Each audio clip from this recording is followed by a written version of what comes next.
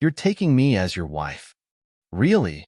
The alien princess stared at the human diplomat, her large, shimmering eyes narrowing in disbelief. Her pale blue skin glistened under the harsh lights of the grand galactic hall, and the energy that surged around her was enough to make the air hum. Yes, really. The human, Ambassador Ethan Lowe, crossed his arms, his voice calm yet steady. It's the only way to avoid a galactic war. Our worlds cannot afford to remain at odds, Princess Solera. A union between us will bring peace. She scoffed, taking a step back. A peace forged in chains, Ambassador? Her tone was sharp, like a blade's edge.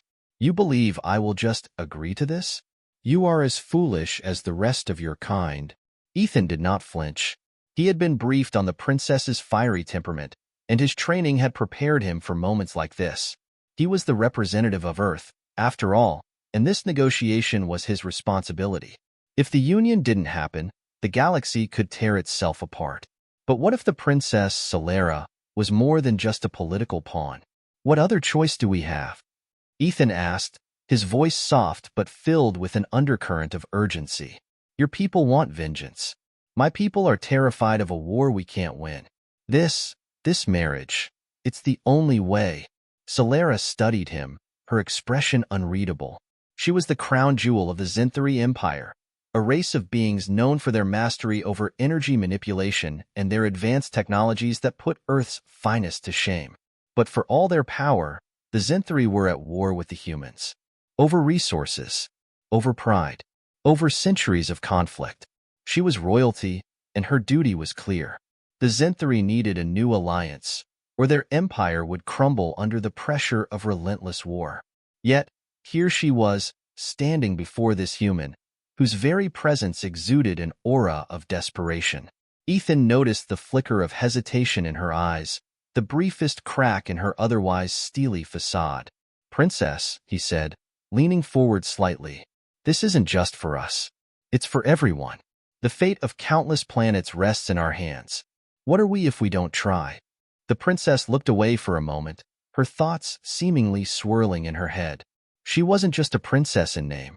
Solera was a leader, someone who had inherited the weight of an empire. And with that weight came the unrelenting pressure to do whatever it took to preserve her people. But then, there was something else. Something she hadn't anticipated when the proposition had been made. The connection. There was a strange, undeniable pull between them that went beyond politics, beyond duty. Was it possible that fate had intertwined their paths for more than just a peaceful union? You don't understand, she whispered, more to herself than to Ethan. You think I'm just some pawn in your game, that I'll bend to your will because you hold the key to my people's survival. But you underestimate me, Ambassador. Ethan's heart raced as he heard the vulnerability in her voice, a vulnerability that he hadn't expected. I don't think you're a pawn. I think you're a powerful leader who is just as burdened by her duty as I am. I'm asking you to choose peace, not because it's easy, but because it's the right thing to do. For a long moment, Solera stood in silence, weighing the impossible choice before her. The fate of two civilizations hung in the balance, and the weight of that responsibility threatened to crush her. But there was something more, something unspoken that lingered between them, something that neither could ignore. Days later, after much deliberation, Princess Solera reluctantly agreed. The galaxy held its breath as the announcement was made. A diplomatic marriage between the princess of the Zinthari Empire and the human ambassador. A union designed to solidify peace and prevent the outbreak of war. However, what no one could have predicted was the deep, mysterious connection that would arise between the two leaders. A connection that would challenge everything they knew about their worlds, their races, and themselves. As the days passed, Ethan found himself spending more time with Solera, discussing not just the intricacies of their marriage, but the deeper questions of existence. Solera, once cold and detached, began to soften, revealing her true nature to him. She spoke of her people, their history, their hopes, and their fears. And in return, Ethan shared his own world, its struggles, its dreams, and its yearning for a better future. It was during one of these private conversations that the true nature of their connection began to unfold. I never thought I'd be speaking to a human like this, Solera confessed one evening, her violet eyes meeting Ethan's with an intensity that sent a shiver down his spine. I once thought you all were nothing more than primitive, misguided creatures. But now I'm not so sure. Ethan chuckled lightly. I'm glad to hear that. You're not so bad yourself, princess. She smiled, but there was a sadness in her expression. I am still bound by the weight of my people's expectations. This marriage, it isn't just a contract. It's a symbol of our future, one that I did not choose. The Zinthari expect me to be perfect, to be everything they need. They expect me to lead them into a glorious future. And what do you expect for yourself? Ethan asked, his voice quieter now, more personal. Solera's gaze faltered. I don't know anymore. She took a deep breath, the energy around her flaring slightly as if reacting to her inner turmoil. I thought I had a clear path. But now, with you, things have changed. Ethan's heart skipped a beat. The truth was undeniable. The connection between them wasn't just political. It was something deeper, something inexplicable. As Solera's words lingered in the air, he felt the same pull he had been trying to ignore. For the first time in his life, he realized he wasn't just here to negotiate peace. He wasn't just here to prevent war. He was here for something far greater than that, something that would change the course of history itself. As weeks passed, the political landscape of the galaxy began to shift in unexpected ways. The union between Solera and Ethan, though initially met with skepticism, slowly began to sow the seeds of a new era. Leaders from both sides, witnessing the unlikely bond between the two, began to soften. The idea of cooperation, of blending cultures and powers, gained traction. But behind the scenes, a darker force stirred. There were those, both human and Zinthari, who were not content with the peace that was taking root. They would stop at nothing to tear the Union apart and reignite the war. One such faction, led by a rogue Zinthari general named Kor, began plotting to sabotage the marriage. Kor, a fiery and ambitious leader, believed that peace with humans would lead to the Zinthari's downfall.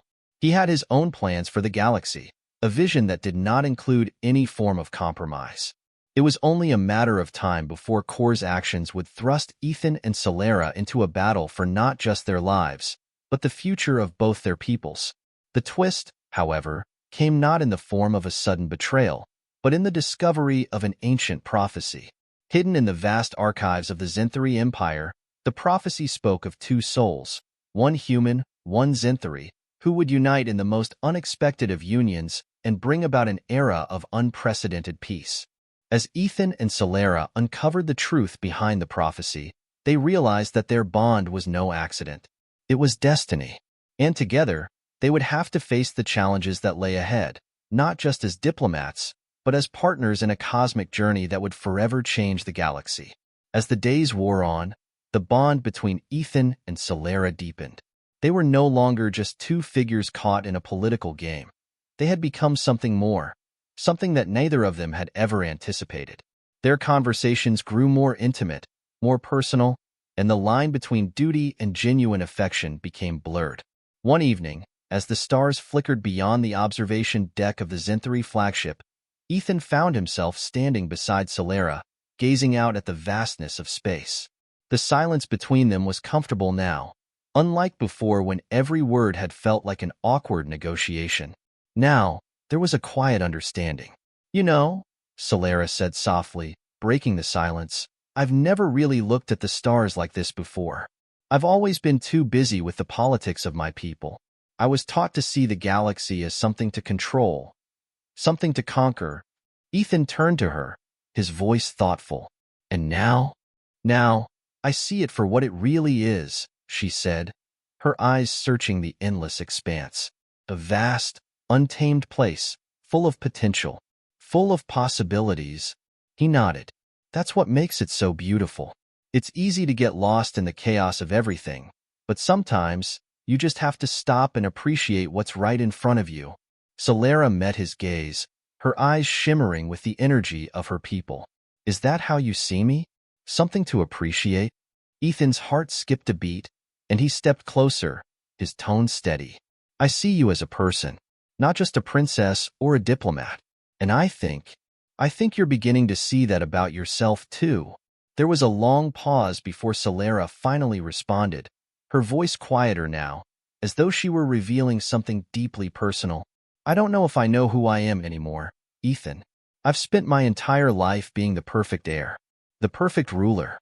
But this, she gestured between them, her voice soft but tinged with uncertainty, this is something I never expected. And I'm not sure what it means.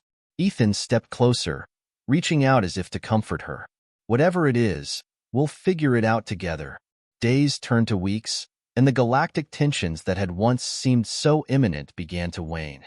Thanks to the growing alliance between the Zinthari and humans, other factions, those who had once believed that war was the only answer, began to reconsider their stance. But not everyone was pleased with this shift. General Kor, a high-ranking Zinthari military leader who had opposed the marriage from the start, had been growing restless. He could not stand the idea of the Zinthari bowing to humans, much less uniting with them in a way that would erase centuries of conflict. He had his own vision for the future of the Empire, a vision that didn't include peace, but dominance. Kor began to secretly rally others within the Zinthari military, promising them that if they acted swiftly, they could overthrow the peace process and restore Zinthari superiority. His message was simple. The galaxy is ours to rule, not share. In the shadows, Kor's forces moved. It wasn't long before his plan to sabotage the Union and reignite the war began to take shape. One night, as Ethan and Solera sat together in the royal chambers, a sharp alarm rang throughout the palace. The sudden screech of the emergency system sent a chill down their spines. Without a word, they both stood, immediately moving toward the control center. As they arrived, a flurry of officers surrounded the hollow table, which displayed a tactical map of the galaxy. The human ambassador, General Harrington, looked up, his face grim. "Ambassador Lowe, Princess Solera," he said, his voice tense. "It's Kor. He's launched an attack on the human frontier. He's determined to start the war all over again." Solera's eyes widened, her pulse quickening. How could he have done this? We were so close to peace. "We don't have time to question his actions," General Harrington interrupted. "We need to move quickly to neutralize his forces before his rebellion spreads." Ethan turned to Solera, his expression hardening with determination. "We'll stop him. Together." Solera met his gaze, her eyes flashing with a fire he hadn't seen before. "You're right. We can't let this destroy everything we've worked for." But inside, Solera felt a wave of dread wash over her. Kor's actions were more than just an act of war. They were an assault on everything she believed in. He wanted to tear down the peace she had fought so hard to create. And now, she realized, her true test was just beginning. The battle that ensued was nothing short of catastrophic. Kor's forces, though rebellious and uncoordinated, were powerful, fueled by years of resentment and militaristic ambition. The Zinthari ships, heavily armed and technologically advanced, engaged the human fleet in a conflict that threatened to engulf entire star systems. Ethan and Solera knew they had to act quickly, or everything they had worked for would be destroyed. They put aside the fear that had plagued them and led a united front, rallying their forces together and devising a strategy that combined the best of human ingenuity with Zinthari precision. In the heart of the battle, as the stars flashed with laser fire and explosions rocked the battlefield, Ethan and Solera faced their first true test as a couple and as leaders. Their forces clashed, but they remained determined to end the conflict before it escalated further. "We can't keep fighting like this," Solera said, her voice ringing with a mixture of resolve and sorrow. She stood beside Ethan on the bridge of their combined flagship, looking out at the chaos. "We can't let our people destroy each other." Ethan's gaze never wavered from the unfolding battle. "Then we make a choice. A choice to end this, once and for all.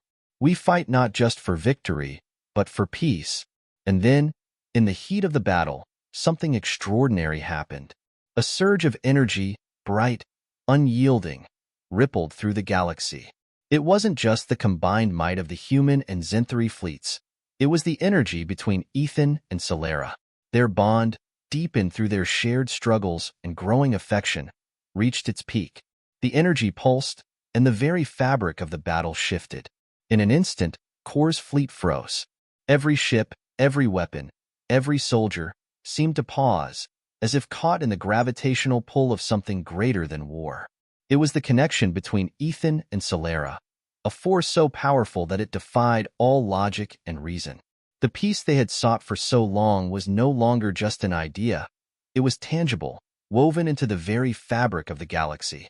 Kor, unable to comprehend the force that had halted his rebellion, called for a retreat. His forces, disoriented and confused, began to pull back, leaving the battlefield behind. The humans and Zenthari, for the first time in centuries, looked at each other not as enemies, but as allies. In the aftermath, as the dust settled and the stars once again shone with quiet brilliance, something extraordinary took place. Kor was captured and brought before a united council of human and Zenthari leaders. The message was clear. There would be no more war. But as the leaders discussed the future, Ethan and Solera stood together in the quiet of the council chamber, knowing that the true work was just beginning. The prophecy had been fulfilled, but it was their choice. Together, that would shape the future of the galaxy. In the days that followed, their bond only grew stronger. They were no longer just two rulers caught in the machinations of politics. They were two souls intertwined, each pulling the other toward a future of peace, understanding, and a love that transcended both human and Zenthari borders. And together, they would change the galaxy forever.